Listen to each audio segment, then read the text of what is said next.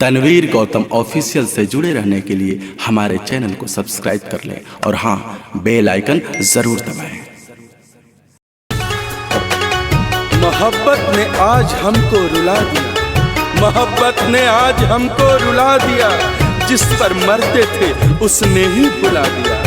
उसकी याद भुलाने के लिए आंसू पीता गया, उसकी याद भुलाने के लिए आंसू पीता गया।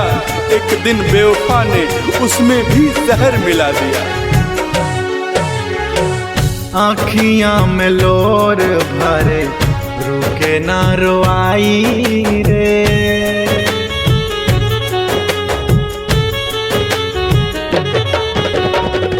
आँखियाँ में लोर भरे रुके ना रोआई रे। आँखियाँ में लोर भरे रुके ना रोआई रे। तू तो भूल गईलू हमसे कबो ना भुलाई रे। देखली है याद तो हर जान लेके जाई रे। आँखियाँ में लोर भरे रुके ना रोआई रे। आँखियाँ में लोर भरे रुके ना रोआई रे। एक रोज तुमसे जरूर मिलेंगे, एक रोज तुमसे जरूर मिलेंगे।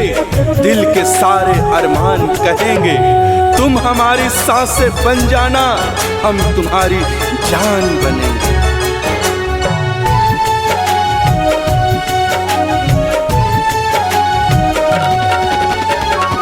बड़ी याद आवे तो हर संग में रहला का। बेरी बेरी गलिया पा हमके चुमाला का।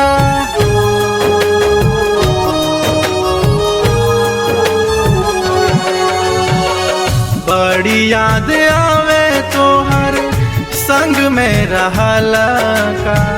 बेरी बेरी गलिया पर हमके चुमाला का। लागे मौत ही बा हमरे दर्द के दवाई रे। लागे मौत ही बा हमरे दर्द के दवाई रे। तू तो भूल गईलू हमसे कबो ना भुलाई रे। देखली है याद तो हर जान लेके जाई रे। उल्फत का अक्सर यही दस्तूर होता है, उल्फत का अक्सर यही दस्तूर होता है। जिसे चाहो वही अपने से दूर होता है। दिल टूट कर बिखरता है इस कदर, दिल टूट कर बिखरता है इस कदर।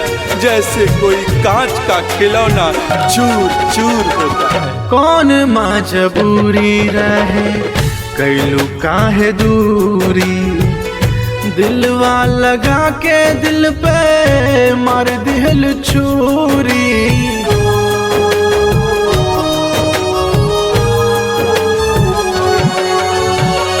कौन मजबूरी रहे कैलू काहे दूरी। दिलवा लगा के दिल पे मार दिल छुरी। तनवीर पुनीत से ना दर्द ई सहाई रे। तनवीर पुनीत से ना दर्द ई सहाई रे। तू तो भूल गईलू हमसे कबो ना भुलाई रे। देखली है याद तो हर जान लेके जाई रे।